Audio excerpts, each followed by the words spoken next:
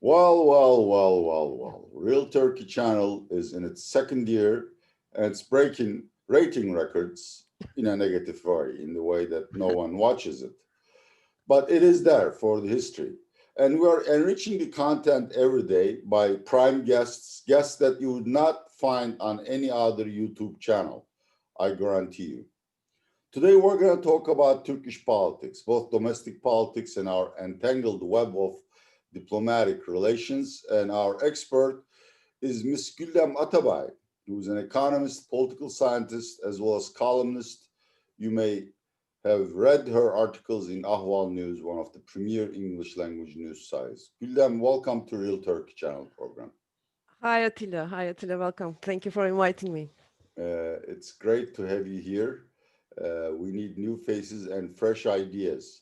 Let's start with Turkish politics, where I honestly need fresh ideas because I have no idea what's going on. I mean, we still have like 2.5 years to the elections. The government has a majority in the Grand Assembly, but political tensions are rising each day to the extent that people start beating up on each other. What is the deal in Turkish politics? What is going on that I'm missing? Well, I think it's the economy mostly. The difficulties that we're facing on the everyday lives of Turkish citizens. I think it's affecting the support of the this grand coalition, the AKP and its nationalist partner MHP. And when there's stress on that front, I think it's reflecting on everyday political rhetoric. And what we're seeing from in Turkey actually, the figures point out that there was no direct investments coming from abroad to Turkey this year. So I think our president, Mr. Erdogan, is finally he has realized that his this non progress dialogue with the Western allies or European Union, NATO, and US basically is not economically sustainable. So he's trying to change the dynamics so that there's further push through foreign investments into the Turkish economy.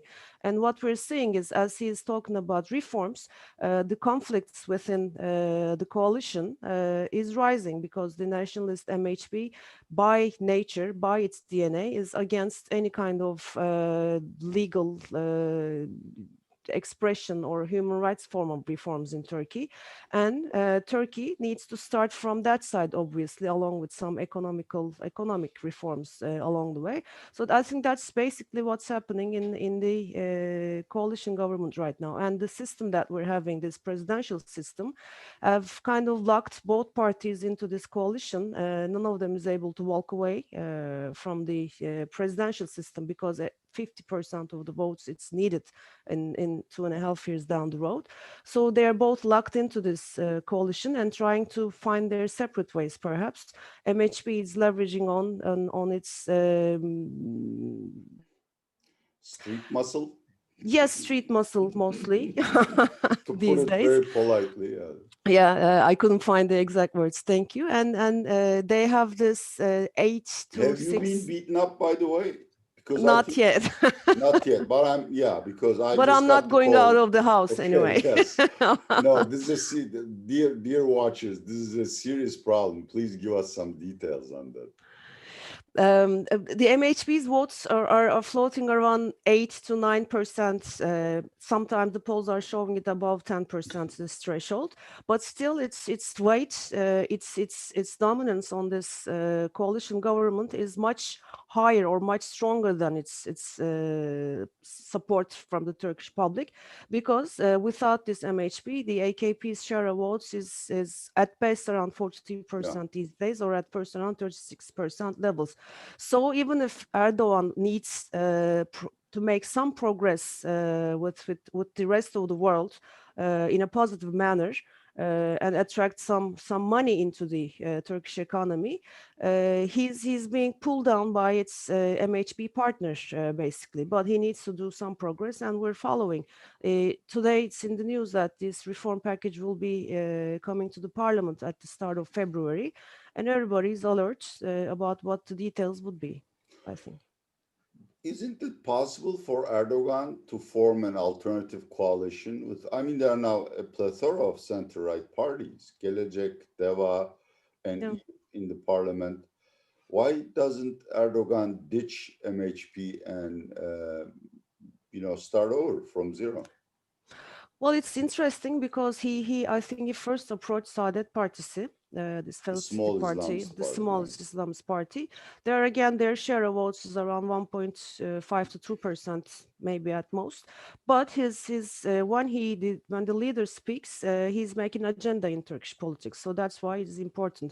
And he didn't say no, but he didn't say his yes word was, or his yes approach was more conditional on the Turkish system going back to this parliamentary system and a switch or an improvement or a betterment to the presidential system in Turkey.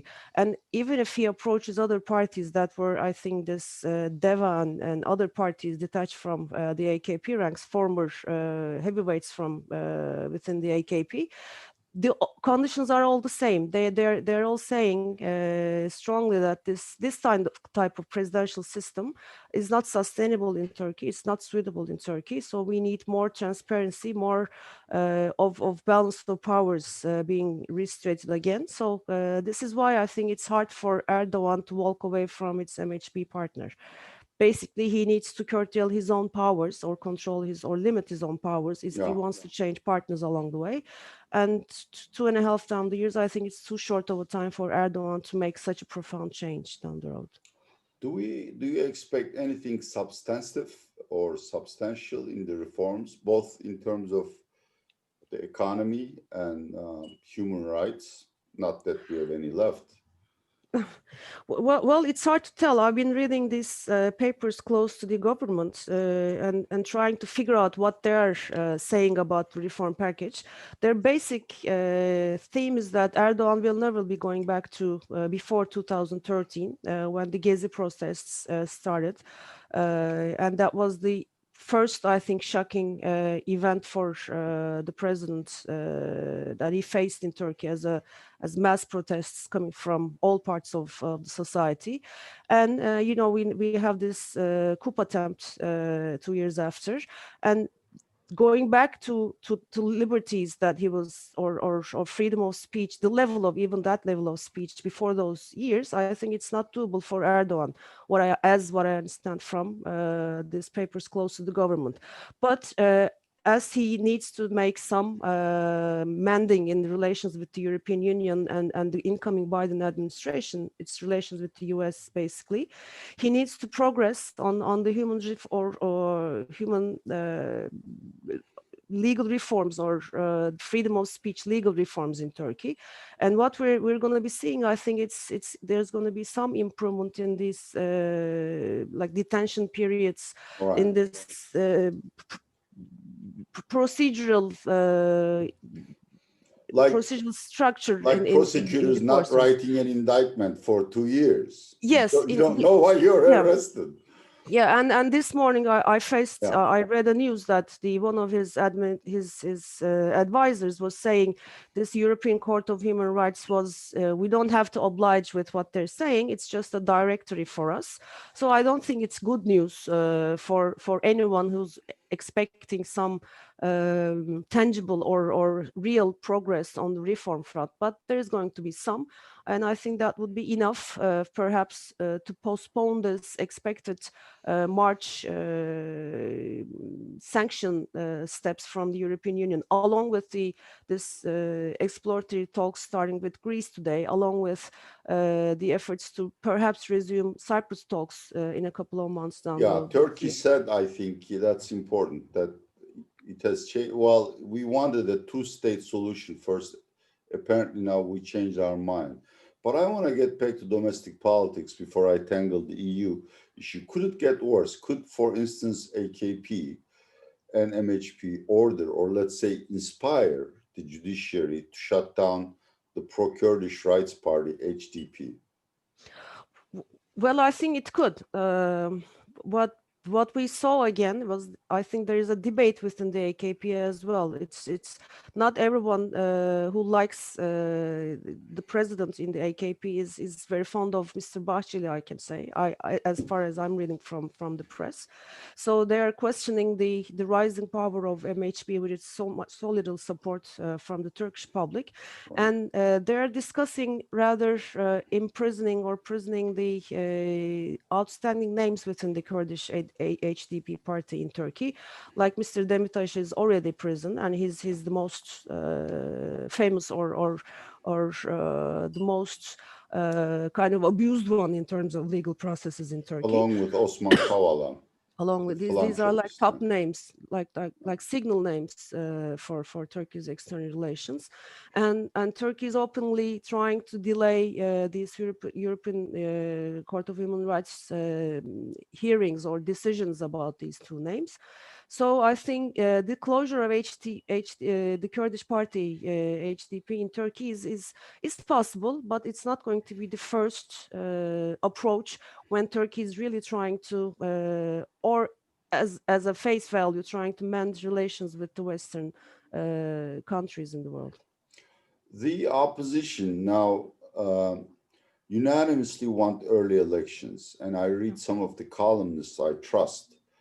They are also mentioning the possibility of early elections. What do you Mm. see? Why would Erdogan or Bahçeli, Mhm. separate from Erdogan, might want to call early elections when they have 2.5 more years? Well, it's again, it's I think it's the economy. There's possibility of improving economic conditions in Turkey down 2.5 years towards 2023, when the higher interest rates uh, might be lower in terms of real interest rates, and the Turkish economy in terms of growth dynamics, along with the global backdrop, might be in a better position after the COVID-19 and vaccination rolling out up until the upcoming scheduled general elections in Turkey. But then again, I think Erdogan and Bahçeli would resist to the extent they can, and I believe if they can avert the sanctions from the US and European Union in the first half of this year or in the second half of this year, but mostly from the US side, I think they will push for having the elections on a scheduled time. But in the meantime, if things turn out that especially US sanctions arrive in the second half of this year or earlier next year, I think we can find ourselves in a very rapid turn of events that will end up with early elections. So I think that's why he's trying to Erdogan is trying to push this reform agenda, both economically and legally, on a justice-wise for the legal system. That's why he's trying to gain time up until the scheduled elections, so that the economy improves, flow of funds start into Turkey. And after like 18, 20 years of Erdogan administration, that would be his huge success if he can just manage it. Well, what do you think? I mean, you're also an economist by training, and you do write a lot of very, very articulate economic Thank articles. you. Do you expect Turkish economy? Well, obviously there will be some improvement. Hopefully, Yes. the vaccines will cure. But above, as who said it? The chief economist of Carmen Reinhardt. She Mhm. said, "Don't confuse rebound with recovery." Do you Yes, expect a exactly. rebound or recovery in Turkey? Well, that's an easy answer. The rebound is already happening right now, as we saw the confidence indices this morning and the capacity utilization and a couple of data down the road. But what we're seeing from the incoming Biden administration, their previous initial announcements are that we know how to deal with Erdogan. We know him, they're saying. What we're seeing from the European Union, no more words. We need action. We need solid Right. action, they're Yeah. saying. So for rebound to extend into recovery or emerge into recovery, I think he needs to really change himself, and that's not doable for the character of Mr. Erdogan. So what I believe what we're going to be seeing on the economy front mostly is rebounds and sharp slowdowns continuing up until the elections. That's why I think we should be expecting a more or equally volatile period up until the general elections in Turkey.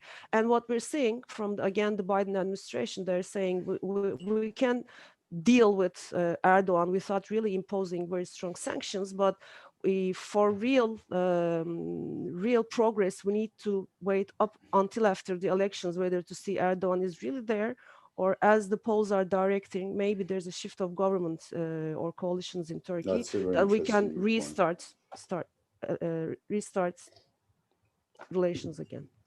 Well, I see you're itching to get to the EU front. We really do need some help from EU.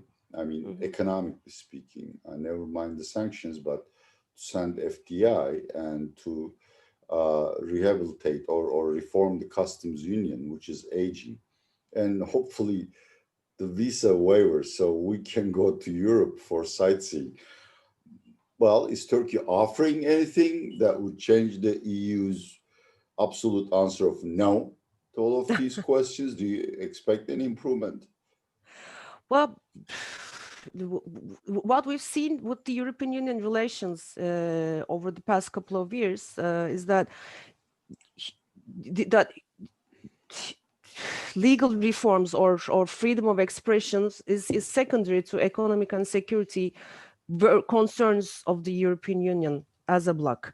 So as long as the Middle Eastern parties this mixed or that the refugee flow The is still Syrian-Iraq the Syrian situation. Iraq situation along with Libya right now is that the refugee flow will continue. I think Turkey has the upper hand in that sense to dictate relations or to maybe not dictate, that's a strong word, but maybe to sail through.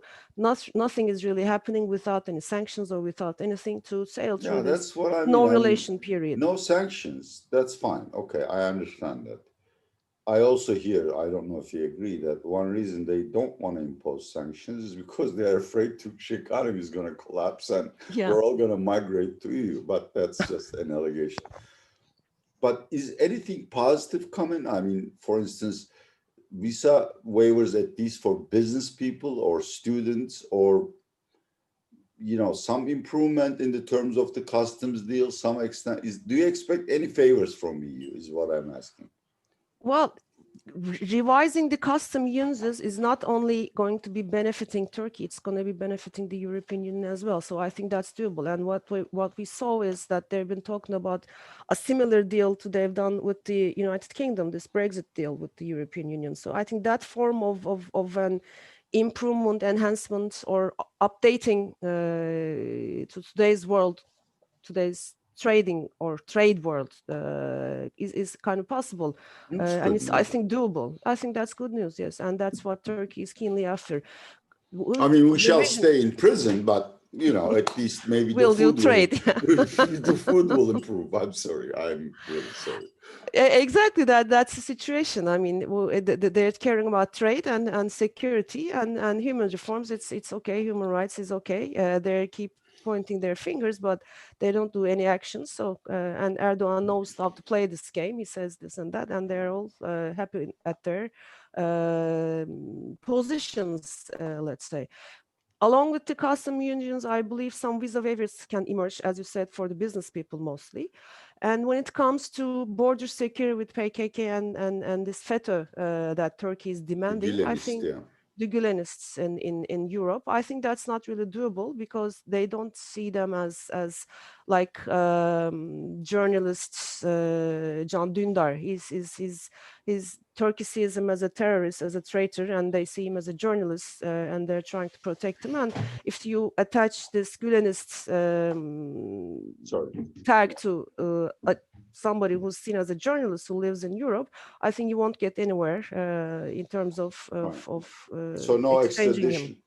Yeah, and what we'll see there, they want some eases or of this military parts deals with Germany, with European Union countries. Basically, I think these still are doable things. But in return, what will Turkey give?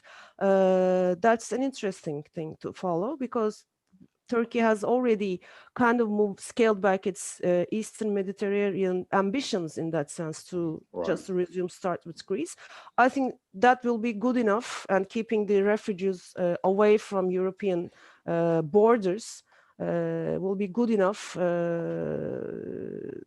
for the European side, I think. What Now, happened last March? yeah. I'm sorry, last No, March when go ahead. No, if you have something to add, please do. Yes. when Erdogan just opened the gates and everybody flew to Greece borders, I think that was a big lesson, sadly but true, a big lesson for the European Union, and they need to tone down or fine tune their aggressive approach to Turkey's human rights defects. Like European Parliament passes one thing, but European Commission doesn't really follow what the European Parliament is doing. Now, you said something interesting about Biden. Did you say, or did I misconstrue you, that they are going to wait for any kind of sanctions or a deal until the election situation resolves? I thought the Congress was itching to impose more sanctions on Turkey. I think they are, but when it comes to Biden administration, again, I've been doing some reading these days about trying to grasp the intentions of the Biden administration and his team. He doesn't really want to start with starting very aggressively on Turkey, like with a punitive approach that will end further negotiations on Turkey's relations with Russia, or Turkey's positions within the or Middle East, his approach to Syria or Libya. I think what they will be doing at first is with this CAATSA sanctions that Trump imposed on the last minute that he was leaving presidency, I think that was a gift to the Biden administration, that they don't really start acting strong and acting fiercely about Turkey. So they can just slow down what the Congress or what's the deputies are really wanting, are seeking for Turkey to be punished, especially after Turkey's open announcement that we'll be purchasing the second part of this S-400s from Russia. So I think what Biden would choose as a start to dialogue, to freeze this kind of Conflict. in the first, yes, this aggression between the two sides, then things will be more in shape when the elections are approaching in Turkey, I guess. Well, let me just reverse the question. Do you expect Erdogan to activate the first batch of S-400s or No. no? No. So, okay, they won't hurt us and we won't use $2 billion worth of weapons. That's a good deal. That just makes sense. Okay, well, go ahead. I'm sorry. Because that will keep him in power. Yeah. No, you're completely right. If you disagree with me, please do explain. I don't think we can bear another Pastor Brunson crisis. That would be the end of everyone. Well, dear Real Turkey Channel viewers, we had Ms. Guldem Atabay, who has expressed her opinions on Turkish politics, EU relations, and the upcoming Biden-Erdogan negotiations. I want to thank you, Guldem, for joining our broadcast today. And I want to say, stay healthy to all of our viewers. Hope to see you soon. Yes. This is Atilla Yesilada saying goodbye from Istanbul.